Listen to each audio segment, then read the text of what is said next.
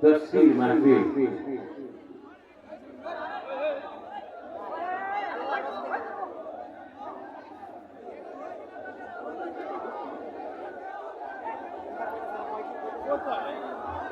একটু শান্ত হন, একটু শান্ত হন।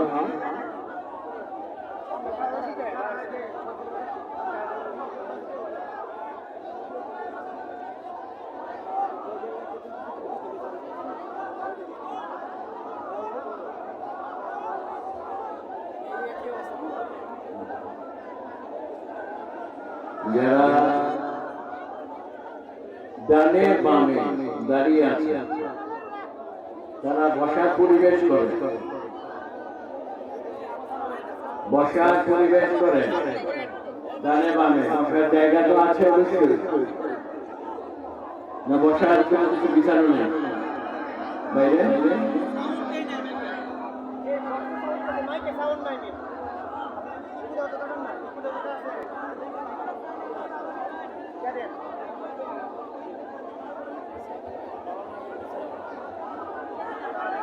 আজকে আমরা একটু শান্ত হই। প্রথমে আমরা এখানে আমরা একত্রিত হয়েছি কিসের জন্য? আমরা এখানে এসেছি কিছু দিন সম্পর্কে জানার জন্য। আমরা এসেছি এখানে ৩য় নম্বর মাদ্রাসা। কয় নম্বর মাদ্রাসা? ৩য় নম্বর মাদ্রাসা। এই মাদ্রাসার মধ্যে প্রথম দিন আমরা এই এলাকা জামিয়া মাদ্রাসার মধ্যে আমরা ৩য় পর্যায়ের মধ্যে আছি। ১ নম্বর হচ্ছে ধারাবাহিকভাবে কেউ যদি নুরানি পড়তে চায় তাহলে ১ বছর কমপক্ষে লাগে। কেউ যদি নাজারা পড়তে চায় কমপক্ষে ২ বছর লাগে। কেউ যদি হাদিস পড়তে চায় ৩ বছর থেকে ৪ বছর লাগে। আর অনেকেই আছে এক্সেপশনাল ৬ মাস ১ মাস পরে এক্সেপশন। তো আবার কেউ যদি আলেম হতে চায় ১০ থেকে ১২ বছর লাগে। এটা হলো ধারাবাহিক মাদ্রাসা। ২ নম্বর মাদ্রাসার সিস্টেম হচ্ছে হযরত ইলিয়াস রাহমাতুল্লাহ আলাইহি সিস্টেম। সেটা হচ্ছে মসজিদ ভিত্তিক মাদ্রাসা। ৩ নম্বরে আছি আমরা, যে ২ নম্বরের বিভিন্ন সুরত আছে। কেউ ১ দিন, কেউ ৩ দিন, কেউ ৪০ দিন, কেউ ৪ মাস, কেউ ৭ মাস। এভাবে মসজিদ ভিত্তিক দ্বীনি ইলম শেখার একটা ব্যবস্থা করা। ৩য় নম্বরে আজকে আমরা আছি, যেটা প্রত্যেক মাদ্রাসা, মসজিদ, যুবকদের বিভিন্ন সংস্থার পক্ষ থেকে সিরাত মাহফিল, খতম বুখারী বিভিন্ন নামে কি করা হয়, ব্যবস্থাপনা করা হয়। আজকে যে ব্যবস্থাপনা এখানে করা হয়েছে, এই ব্যবস্থাপনা করেছে মাদ্রাসাতুল আজহার জামিয়া বাজারের পক্ষ থেকে। আপনাদেরকে এখানে দাওয়াত করা হয়েছে কিছু উলামায়ে কেরামের মাধ্যমে, যেন আপনাদেরকে কি করা হয়, দ্বীনের আলোচনা, পর্যালোচনা করা হয়। যে আপনি কিছু জানেন, কিছু জানেন না, যেটা জানেন এটা বোঝা করা হয়। মক্কার কাফিরদের মধ্যে অনেক মতনের তাফসীরের মধ্যে লেখা আছে। তার মধ্যে একটা বেশি নাটক, তার নাম হচ্ছে আস বিন ওয়াইল। কি নাম? আস বিন ওয়াইল। সে হচ্ছে সব নাড়ায়ের বুড়া। আস বিন ওয়াইল। এর আগে তো অনেকেই এটা নিয়ে মশকরা করছে, বিভিন্ন ভাবে পর্যবেক্ষণ করছে। আর এই পর্যবেক্ষণগুলো আল্লাহ তাআলা কালামে পাকের মধ্যে উঠিয়ে দিয়েছেন। কি? ইন্না লামারদুদুনা ফিল হাফিরা আইযা কুন্না ইকামান নাখিরা। আমরা কি আসলে প্রত্যাবর্তিত হব গলিত অস্থিতে পরিণত হওয়ার পর? পচে গেছে, গলে গেছে, নিঃশেষ হয়ে গেছে, আসলে আসবো? ক্বালু তিলকা ইযান কাররাতুন খাসিরা। আসলে যদি এরকম হয়, প্রত্যাবর্তিত হইতে হয়, তাহলে এটা হবে বিরাট সর্বনাশা ব্যাপার। এটা আসলে তো আমাদের অনেক কিছু জবাবদিহিতা করতে হবে। কথা বুঝে আসছে? যখন এই কথা বলতেছে, তখন কি করছে? আস বিন ওয়াইল একটা হাড্ডি নিয়ে রাসূলুল্লাহ সাল্লাল্লাহু আলাইহি ওয়াসাল্লামের দরবারে এসেছে। হাতের তালুতে রেখে বিদ্যাঙ্গুলি দিয়ে ঘর্ষণ করেছে।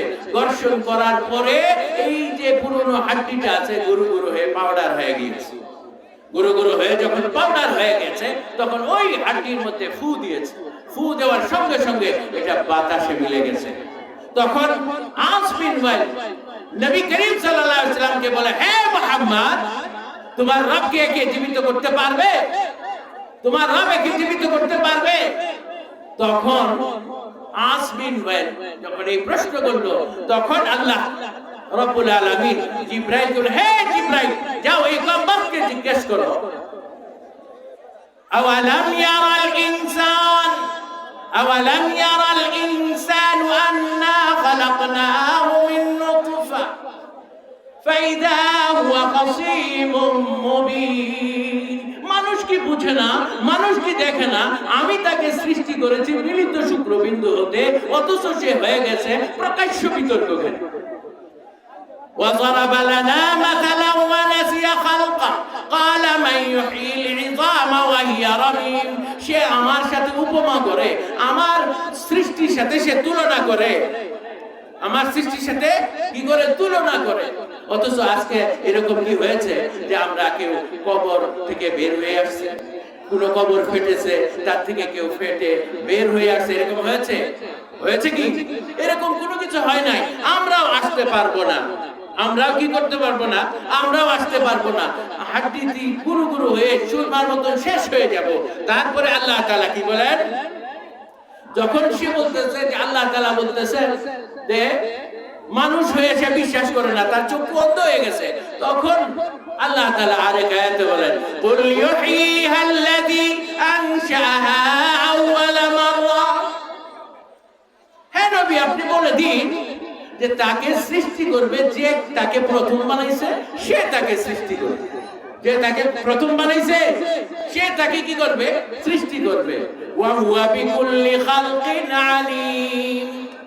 যে তাকে প্রথম সৃষ্টি করেছে সেই তাকে সৃষ্টি করবে।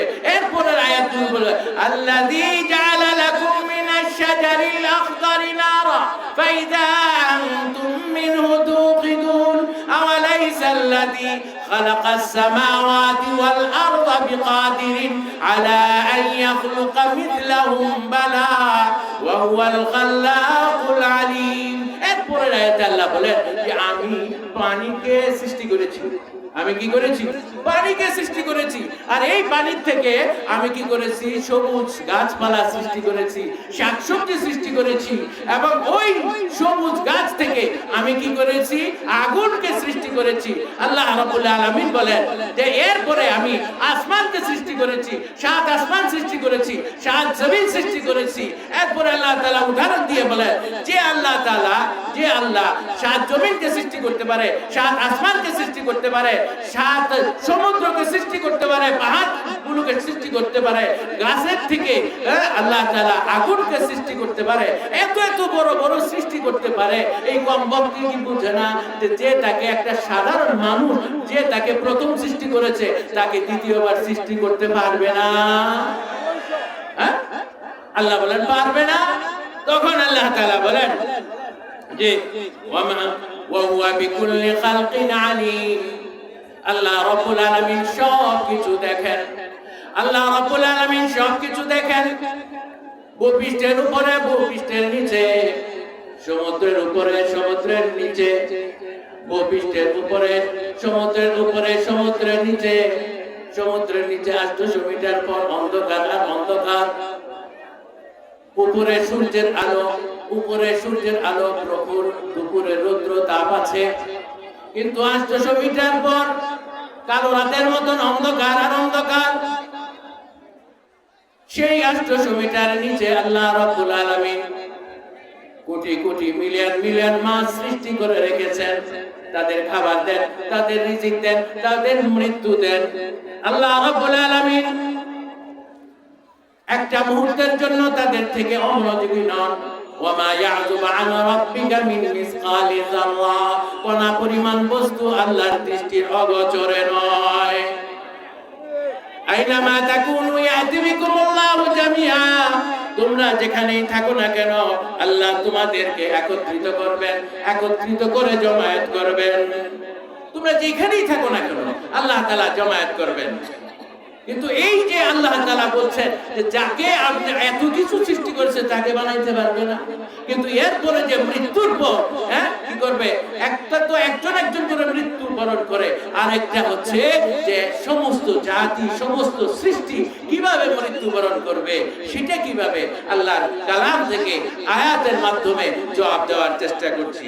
ইয়াউমা নুসাইয়িরুল জিবাল, স্মরণ করো সেই দিনের কথা যেদিন সব কিছু পাহাড়গুলোকে ধ্বংস করে দেব। একটা হচ্ছে একজনের মৃত্যু, আর একটা হচ্ছে সমস্ত সৃষ্টির মৃত্যু। আল্লাহ রাব্বুল আলামিন বলেন কি, ইযা ওয়াকাতিল ওয়াকিআ লাইসা লিওয়াকাতিহা কাযিবা খাফিযাতুর রাফিআ ইযা রুজ্জাতিল আরদু রাজ্জা ওয়া বুসাতিল জিবালু বাসসা ফাকানাত হাবাআম মুনবাসসা। কিয়ামত সংঘটিত হবে, অস্বীকার করার কেউ থাকবে না, কাউকে নিচু কাউকে উঁচু করা হবে এবং প্রবল কম্পনে কম্পিত হবে পৃথিবী এবং পর্বতগুলোকে চূর্ণ বিচূর্ণ করে দেওয়া হবে। ফাকানাত হাবাআম মুনবাসসা, পর্যবসতি হয়ে যাবে বিক্ষিপ্ত ধূলিকণা, যে মানুষের বাসস্থান পাহাড় পর্বত যা আছে সমস্ত কিছু একদম কি হয়ে যাবে, সমতল হয়ে যাবে। ইয়াউমা তাশাক্কাকুস সামা, আকাশ ঝরে পড়বে। إذا السماء انفطرت وإذا الكواكب انتثرت وإذا البحار فجرت وإذا القبور بعثرت। আল্লাহ তাআলা এখানে বলেন যে আসমান ফেটে যাবে, সমুদ্রগুলোকে উদ্দীপিত করা হবে, তারকাগুলো খুশি খুশি করতে থাকবে, এবং কি বলতেছে যে কবরস্থ যারা আছে তাদেরকে উঠানো হবে। ইযা শামসু কুওয়িরাত ওয়া ইযান নুজুমু কাদারাত ওয়া ইযাল জিবালু সুয়িরাত ওয়া ইযাল ইশারু উত্তিলাত ওয়া ইযাল ওহুশু হুশিরাত ওয়া ইযাল বিহারু সুজ্জিরাত ওয়া ইযান নুফুসু জুওয়িজাত ওয়া ইযাল মাউউদাতু সুইলাত বিআইয়ি যামবিন قتلت وإذا الصحف نشرت وإذا السماء كشطت وإذا الجحيم سعرت إذا الشمس كبرت, সূর্য ঘষে নিষ্পাপ হয়ে যাবে, নক্ষত্ররাজি ঘষে ঘষে পড়বে, পর্বত সমূহ যখন চলমান করা হবে পূর্ণ গর্ভ উষ্টি উপেক্ষিত হবে এবং কি সমুদ্রগুলোকে উত্তাল করে তোলা হবে। আমার আল্লাহ বলেন সব কিছু আমি ধ্বংস করে দেব, যা যা আছে সব ধ্বংস করে দেব। কুল্লু মান আলাইহা ফান ওয়া ইয়াবকা ওয়াজহু রাব্বিকা যুল জালালি ওয়াল ইকরাম। আমি সব কিছু ধ্বংস হয়ে যাবে, শুধু তোমার আল্লাহ তাআলা। সব কিছু ধ্বংস হয়ে যাওয়ার পর আল্লাহ রাব্বুল আলামিন মালাকুল মউতকে জিজ্ঞেস করেন, আর কে বাকি আছে? আল্লাহ তাআলা তো সবকিছু জানেন কে বাকি আছে, তবু আল্লাহ জিজ্ঞেস করেন আর কে বাকি আছে? জমিনের সবাই মারা গেছে, আসমানের সবাই মারা গেছে, বাকি আছে শুধু 8 জন ফেরেশতা যারা আরশকে বহন করে আছে। আল্লাহ রাব্বুল আলামিন বলেন আরশের ফেরেশতাকে মৃত্যু দিয়ে দাও। তাফসীরের ব্যাখ্যা পাওয়া যায় আরশের ফেরেশতা ধর্ম করে পড়ে যাবে, আরশের ফেরেশতা। তারপর আল্লাহ তাআলা জিজ্ঞেস করবেন আর কে বাকি আছে? মালাকুল মউত বলবেন আল্লাহ তাআলার সম্মানিত 4 ফেরেশতা জিবরাইল, মিকাইল, ইসরাফিল ও আপনার গোলাম আজরাইল।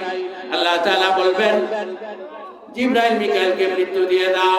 তখন আল্লাহর আরশ কথা বলতে শুরু করবে, আয় আল্লাহ, আয় রব্বে করিম, জিবরাইল আর মিকাইলকে বাঁচিয়ে দিন। আল্লাহ তাআলা বলেন বস করো, চুপ হয়ে যাও। আরশের নিচে যারা আছে সকলকে কি করতে হবে? মৃত্যুবরণ করতে হবে। তখন আল্লাহ তাআলা আবার জিজ্ঞেস করেন আর কে বাকি আছে? মালাকুল মউত বলেন ইসরাফিল আর আপনার গোলাম। আল্লাহ তাআলা বলবেন ইসরাফিলকে মৃত্যু দিয়ে দাও, ইসরাফিলকে মৃত্যু দিয়ে দাও। ইসরাফিল আলাইহিস সালাম চলে গেলেন, তার সিংহাটা উড়ে গিয়ে আরশের মধ্যে ঝুলে থাকবে। যেরকম ভাবে বিভিন্ন বড় মসজিদে বিভিন্ন বড় বালাখানার মধ্যে ঝাড়বাতি ঝুলে থাকে, ওই রকম ভাবে ইসরাফিলের সিংহাটা ঝুলে থাকবে। এবার আল্লাহ জিজ্ঞেস করবেন আর কে বাকি আছে? এই কথা শোনার পর মালাকুল মউতের পা কাঁপতে থাকবে, সবার রূহ কবজকারী এবার নিজের পালা চলে এসেছে। আর সে বলবে উপরে আপনি, নিচে আমি। আল্লাহ তাআলা বলবেন মউত মারা যাক, খালকুম মিন খালকা। আল্লাহ তাআলা বলবেন মউত মারা যাক, খালকুম মিন খালকা, তুমি আমার এক সৃষ্ট। আল্লাহ তাআলা বলবেন তুমি আমার এক সৃষ্ট। তাফসীরের ব্যাখ্যায় পাওয়া যায় মালাকুল মউত মৃত্যুর সময় মৃত্যু যন্ত্রণায় এমন এক চিৎকার দিবে, যদি আসমান এবং জমিন থাকতো তাহলে ফেটে যেত, কারণ সবগুলো তো আগেই শেষ হয়ে গিয়েছে। সবকিছু মৃত্যুর পর আল্লাহ তাআলা বলবেন, মান কানা লি শারিকান ফালিয়াত, মান কানা লি শারিকান ফালিয়াত। কেউ আছো আমার বিরুদ্ধে, থাকলে আসো। কে আসবে? সবাই তো মরে গেছে। আল্লাহ তাআলা জমিনকে ঝাঁকি দিয়ে বলবেন, আনাল মালিক, আমি বাদশা। দ্বিতীয়বার জমিনকে ঝাঁকি দিয়ে বলবেন, আনাল কুদ্দুসুস সালামুল মুমিন, আমি শান্তি, আমি নিরাপত্তার বিধায়ক। তৃতীয়বার ঝাঁকি দিয়ে জমিনকে ঝাঁকি দিয়ে বলবেন, আনাল মুহাইমিনুল আজিজুল জাব্বারুল মুতাকাব্বির, আমি রক্ষক পরাক্রমশালী। আল্লাহ তাআলা তারপর বলবেন, আইনাল মুলুকি, বাদশারা কোথায়? আইনাল মুতাকাব্বির, অহংকারী, কি কয় তাকাব্বুরকারী অহংকারীরা কোথায়? লিমানিল মুলকুল ইয়াউম, আজকের দিনের কর্তৃত্ব কার? আল্লাহ তাআলা জিজ্ঞেস করবেন। কেউ থাকলে তো জবাব দিবে, কেউই তো নাই। তখন আল্লাহ নিজেই বলবেন, লিল্লাহিল ওয়াহিদিল কাহ্হার, এক পরাক্রমশালী আল্লাহরই। তখন আল্লাহ তাআলা বলবেন, আজকে সবকিছু, আল্লাহ তাআলা বলবেন, দুনিয়ার সবকিছু আমি সৃষ্টি করেছি, আমি একে ধ্বংস করেছি, এখন নতুন ভাবে আবার সবকিছু সাজাবো। কি বলেন আল্লাহ? ইয়াউমা নুসাইরুল জিবাল ওয়া তারাল আরদা বারিজাতান ওয়া হাশারনাহুম ফালা নুগাদির মিনহুম আহাদা। স্মরণ করো সেই দিনের কথা, যেদিন পাহাড়গুলোকে উন্মিলিত করব, মিশিয়ে দেব। ওয়া তারাল আরদা বারিজাতান ফাহাশারনাহুম, এই পৃথিবীকে আমি একটা শূন্য প্রান্তর করে তুলবো এবং কি করব? জমিনকে সমতল করে তুলবো। পাহাড়, সমুদ্র, নদ নদী, গাছপালা যা কিছু আছে সবকিছু ফিনিশ করে দেব। ওয়া হাশারনাহুম, সেদিন হয়ে যাবে সবাই একত্রিত।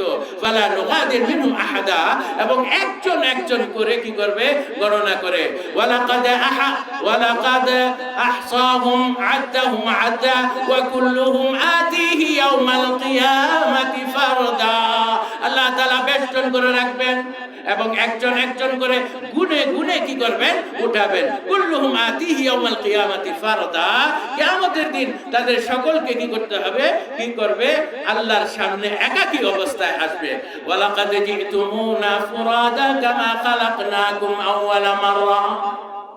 আল্লাহ তাআলা বলেন, আমি তোমাদেরকে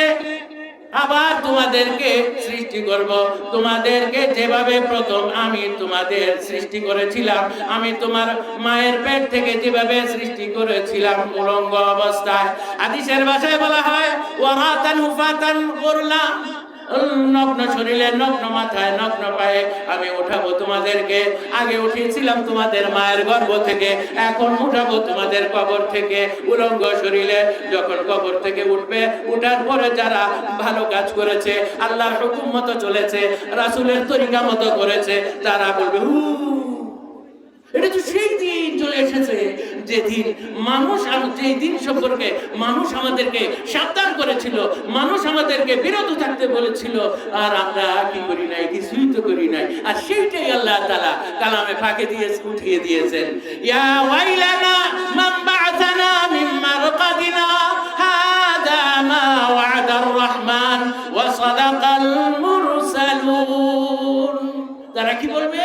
ইয়া ওয়াইলানা, আই যে কি আফসোস, আজকে আমাদেরকে কে উঠিয়ে দিল? আমাদের ঘুম থেকে কে ভাঙিয়ে দিল? আমাদেরকে ঘুম পাড়িয়ে দাও, নাহলে আমাদেরকে মৃত্যু দিয়ে দাও। যারা আল্লাহর হুকুম মতে চলে নাই তারা এই কথা বলবে। আর যারা আল্লাহর হুকুম, রাসূলের তরিকা অনুসারে চলেছে, তারা বলবে আযা মা ওয়া'দার রহমান ওয়া সাদাকাল মুরসালুন। রাসূল তো সত্যই বলেছিল, আল্লাহ তো এই প্রতিশ্রুতি দিয়েছিলেন আল্লাহ, আর রাসূলগণও সত্যই বলেছিলেন যে আজকের আল্লাহ যখন বলেছিলেন তখন আমরা কি করেছিলাম? মনোযোগ দিয়ে আল্লাহর হুকুম মেনেছিলাম, আর তারা এটাকে অমনোযোগী ভাবে ছেড়ে দিয়েছে সমবেত। তারপরে আল্লাহ তাআলা বলেন, ইয়াউমা ইযিন তু'রাদুনা লা তাখফা মিনকুম খাফিয়া, সেদিন উপস্থিত করা হবে তোমাদেরকে, তোমাদের কিছুই গোপন থাকবে না। যা কিছু আছে সমস্ত কিছু ওপেন করা হবে এবং একজন একজন করে দাঁড় করাবেন। কিভাবে? আজ তোমরা সবাই আল্লাহর সামনে আছো, কেউ লুকোতে পারবে না। এবং একজন একজন করে সামনে দাঁড় করাবেন। ওয়াজা মালাকুল সাফফান সাফফা, প্রথমে কি করবেন? ফেরেশতাদের কাতার, এক এক এক, প্রথম আসমান, দ্বিতীয় আসমান, তৃতীয় আসমান, চতুর্থ, পঞ্চম, ষষ্ঠম আসমান, এইভাবে ধারাবাহিকভাবে সমস্ত আসমানের কি করবেন? ফেরেশতারা কাতার হয়ে দাঁড়াবেন। তারপর আল্লাহ তাআলা তারপর আরশের কি কয়? আল্লাহর আরশ আসবে, আর আল্লাহর আরশ আসার শব্দে, আল্লাহর আরশ যখন নিচে নেমে আসবে, আল্লাহর আরশ আসার শব্দে সমস্ত দুনিয়া যত মানুষ, নবী, যত শহীদ আছে সমস্তই অজ্ঞান হয়ে যাবে। আল্লাহ রাসূল বলেন, আমার হুশ প্রথমে আসবে, আমার হুশ আসার পর দেখবো মুসা আলাইহিস সালাম আর আরশকে ধরে দাঁড়িয়ে আছে। রাসূলুল্লাহ সাল্লাল্লাহু আলাইহি সাল্লাম বলেন, আমি জানি না আমার আগে ওনার জ্ঞান ফিরেছে না উনি অজ্ঞানী হন নাই, আমি তা জানি না। যখন আমি জেনে, কারণ উনি আগে হয়েছেন কিনা, কারণ দুনিয়াতে তো উনি একবার অজ্ঞান হয়েছিলেন। যখন আল্লাহকে বলেছিলেন, আয় আল্লাহ আমি তোমারে দেখতে চাই, আল্লাহ বলেন না না চলবে না। তখন আল্লাহকে আবার অনুনয় বিনয় করেছিলেন, আল্লাহ গো একটু দেখতে চাই। তখন আল্লাহ কি করেছিলেন? পাহাড়ের মধ্যে একটু এক সেকেন্ডের, এক মুহূর্তের নূর দেওয়া হয়েছিল, আর উনি এক নজর যাওয়ার পরে অজ্ঞান হয়ে যান। 40 দিন পরে তার হুঁশ ফিরে। ওই দিনের কারণে কি? আল্লাহ রাসূল বলেন, আমি জানি না। তারপর আল্লাহ রাসূল বলেন, প্রথমে হযরত ইব্রাহিম আলাইহিস সালামকে সবাই তো উলঙ্গ, প্রথমে হযরত ইব্রাহিম আলাইহিস সালামকে কাপড় পরাবেন, তারপর আমাকে পরাবেন, তারপর অন্য নবীদেরকে পরাবেন, তারপর কাকে? আল্লাহ রাসূল বলেন তারপর কাকে? তারপর কি এলাকার মেম্বার, চেয়ারম্যান, মন্ত্রী, মিনিস্টার, রাষ্ট্র, এদেরকে পরাবেন না, না, তারপর পরাবেন যারা মুয়াজ্জিন আছেন তাদেরকে কাপড় পরাবেন, তারপর ধারাবাহিকভাবে সবাইকে কাপড় পরিধান করাবেন। ইয়াউমা তুবলা সারাইর ফামা লাহু মিন কুওয়াতিন ওয়ালা নাসির। আল্লাহ তাআলা বলেন সব কিছু গোপন বিষয় প্রকাশিত হবে। ফালা নুগাদির মিনহু, সবকিছু ওপেন হয়ে যাবে। দুনিয়াতে তোমাদের কোনো সমর্থক থাকবে না, সাহায্যকারী থাকবে না। দুনিয়ার সব আমি কেটে দিয়েছি, আমি ঢেকে রেখেছি। আল্লাহ বলতেছে দুনিয়াতে যা কিছু আছে আমি ঢেকে রেখেছি। কেউ রাত্রিবেলার উলঙ্গ নাচ দেখছে, আমি আল্লাহ ঢেকে রেখেছি। কেউ রাত্রিবেলায় তাহাজ্জুদের নামাজ পড়ছে, আমি আল্লাহ ঢেকে রেখেছি। কেউ রাত্রিবেলায় নর্তকীর নাচ দেখছে, আমি আল্লাহ ঢেকে রেখেছি। কেউ রাত্রিবেলায় চুরি করছে, আমি আল্লাহ ঢেকে রেখেছি। কেউ রাত্রিবেলায় তাহাজ্জুদের সময় প্রার্থনা করে চোখের পানি ফেলে ফেলে আমার কাছে চাইতেছে, আমি আল্লাহ ঢেকে রেখেছি। কেউ ভালো পণ্য বিক্রি করছে, আবার কেউ দেখা যায় অবৈধভাবে পণ্য বিক্রি করছে। সবকিছু আমি আল্লাহ ঢেকে রেখেছি, আর সবকিছু ঢেকে রেখেছি। আজকে আর কি হবে না? ইয়াউমা তুবলা সারাইর, আজকে সম্পূর্ণ সবকিছু কি করা হবে? ওপেন করা হবে। ইয়াউমা তুবলা সারাইর ওয়ামতাজুল ইয়াউমা আইয়ুহাল মুজরিমুন, ওয়ামতাজুল ইয়াউমা আইয়ুহাল মুজরিমুন। যারা অপরাধী আছে তাদেরকে নিয়ে আসো, তাদেরকে কাছে নিয়ে আসো। আল্লাহ তাআলা বলবেন তাদেরকে কাছে নিয়ে আসবে যারা মুজরিম, যারা অপরাধী, দুনিয়াতে আল্লাহ এবং আল্লাহ রাসূলের কথা অনুসারে চলে নাই। পরের আয়াতে কি বলেন? পাপীদেরকে কি আল্লাহ তাআলা কি বলেন? ওয়া উজলিফাতিল জান্নাতু লিল মুত্তাকিন ওয়া বুররিজাতিল জাহিমু লিল গাফিন وقيل لهم أين ما كنتم تعبدون من دون الله هل ينصرونكم وينتصرون فكبكبوا فيها هم الغاوون وجنود إبليس أجمعون। আল্লাহ তাআলা বলেন যে তুমি কি করো? মুত্তাকিদের জন্য জান্নাতকে নিয়ে আসো, আর যারা মনে করো প্রত্যষ্ট আছে তাদের জন্য জাহান্নামকে নিয়ে আসো। এরপর আল্লাহ তাআলা বলেন ফুলসিরাতকে স্থাপন করো, ফুলসিরাতকে স্থাপন করো। ওয়া ইম মিনকুম ইল্লা ওয়ারিদুহা, প্রত্যেককে এর উপর দিয়ে অতিক্রম হতে হবে। প্রত্যেককে ফুলসিরাত অতিক্রম করে যেতে হবে।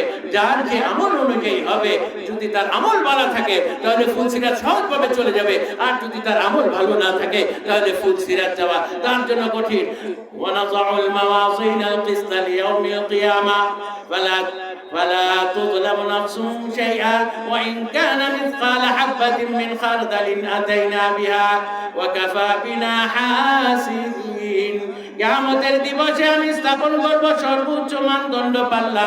আল্লাহ বলেন কিয়ামতের দিনে আমি মানদণ্ড পাল্লা সৃষ্টি করব। ওয়ালা তুযলাম নাফসুন শাইআ, কারো প্রতি কোনো অবিচার করা হবে না। ওয়া ইন কানা মিসকালা হাববাতিন মিন খারদালিন আতাইনা বিহা, কর্ম যদি সামান্য সরিষার মতো হয় কারো কিছু গোপন করা হবে না।